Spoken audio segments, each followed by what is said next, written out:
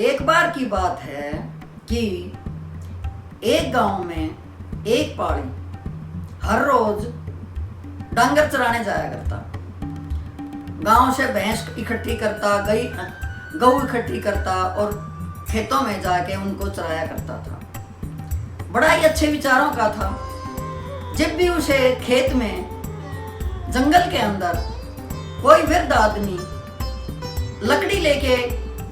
लकड़ी काटता दिखाई देता तो भाग के उसकी सहायता करता और उसकी लकड़ी तोड़ के उसके सिर पे रखता, और यदि उसे समय होता तो वहां को उस आदमी को घर तक भी पहुंचाता।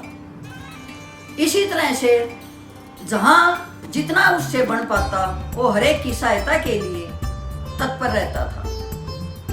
उस पाड़ी का हर रोज का यही काम था। सुबह उठना, गांव के डांगर लेके जाना, खेतों में जाना, दोपहर में शीशम के नीचे आराम करता होता।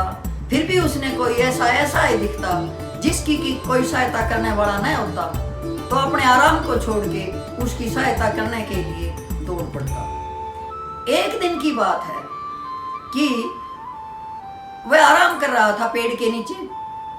इतने में एक लेडी आई, बोली पाड़ी क्या कर रहा है?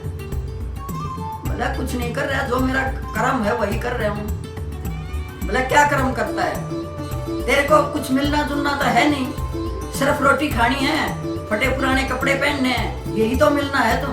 बोले ऐसी बात नहीं है, जिसके पैसे हैं वो कौन सा अपने आप को अच्छा समझता है। मेरे पास पैसे बेशक नहीं है, लेकिन मैं अपना कर्म करता हूँ, अच्छा कर्म करता हूँ, मैं सेटिस्फाई हूँ, मैं बिल्कुल संतुष्ट हूँ अपने कर्म से। पशु चराने में भी संतुष्ट हूँ। बोला ये कैसी बात है? जब लक्ष्मी आपके पास नहीं है तो संतुष्ट कैसे हो सकता है? बोला लक्ष्मी वक्ष्मी कुछ नहीं होती, ये तो कर्म का खेल है। बोला कर्म बड़ा है कि लक्ष्मी? बोला मैं तो कर्म को मानता हूँ। बोला फिर सिद्ध करके दिखा। बोला वो टाइम आओगा जब हो जाएगा, तुम अपना राह लाएगी। अब इतना सुन के लक्ष्मी तो वहां से चली गई। अब कर्म ने सोची कि चलो तूने शर्त तो लगा ली कि कर्म बड़ा होता है, लेकिन देखी जाएगी। तूने कौन सा जो है ना ज्यादा चाहिए या कोई नाम चाहिए, कुछ नहीं चाहिए। रोटी मिल जाती है, पाड़ी हूँ, अपना खाना मिल जाता है आराम से, और मुझे इतना कुछ चाहिए भी नहीं। अपना कर्म करता रहा। एक दिन क्या हुआ कि उस नगरी का राजा, जिस नगरी का वो पाड़ी खुद था, उसके कोई संतान नहीं थी और वो बीमार था, और उसकी जो है मृत्यु हो जाती है। जब उसकी मृत्यु होती है तो शाम ढल जाती है, और वो अपने नौकर चाकर को बोलता है कि मेरी अंत्येष्टि चाहे तुम रात को ही करो, लेकिन रात बिचारे मेरा शव नहीं रखना घर में। रात को मेरी अंत्येष्टि कर देना, लेकिन मेरी जो लाश है, जो शव है, उसको राज में नहीं रखना। आगे क्या कहा कि जब भी मेरी अर्थी को लेके गांव से बाहर निकलो, जो भी इंसान गांव के बाहर से अंदर की तरफ आए, उसी को मेरा राज सिंहासन सौंप देना। अब यहां तो होगी नगर की बात। अब जो पाड़ी था वो तो खेतों में डांगर चरा हुआ था, पशु चरा हुआ था। उसी दिन क्या हुआ कि उसकी 2 भैंस खूगी। ये भैंस गुम होगी तो बाकी डांगर तो दूसरे पाड़ी ले आए, और भैंसों को ढूंढता उसको काफी टाइम हो गया। जो ही रात ढली, ये पाड़ी ने भी वो भैंस मिल गई और भैंसों को लेके गांव में आने लग गया। अब अर्थी निकल रही थी राजा की, और पाड़ी का गांव में एंटर करना हुआ। उस राजा के नौकर चाकरों ने पाड़ी को पकड़ लिया। बोले भाई तेरे को राजा बनाएंगे। अरे बोला मैं पाड़ी हूँ, गांव के डांगर चराऊं, मैं किसा राजा? बोला नहीं, राजा का हुक्म है। अब राजा पाड़ी बन गया।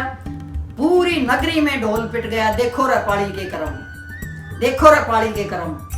जब लोग ढोल पीट रहे थे और यूं कह रहे थे कि देखो पाड़ी के कर्म, तो पाड़ी को अपनी बात याद आई कि एक दिन एक लुगाई आई थी, और वह जो है ना जद लावे थी, अगर लक्ष्मी बड्डी से, अरे कर्म ना होगा तो लक्ष्मी क्यों कर मिलेगी। मेरे कर्म में जो है ना राजा बनना था, तो लक्ष्मी तो मेरा चुगरदा पांड ऐसे। फिर उसने आह्वान किया कि तू जो भी थी बा, मैं बताऊंगा कि कर्म बड्डा है लक्ष्मी। मेरे कर्म में राज सिंहासन था, वो मन ने मिल गया, लक्ष्मी तो ही मेरा आगे पहचान रहेगी।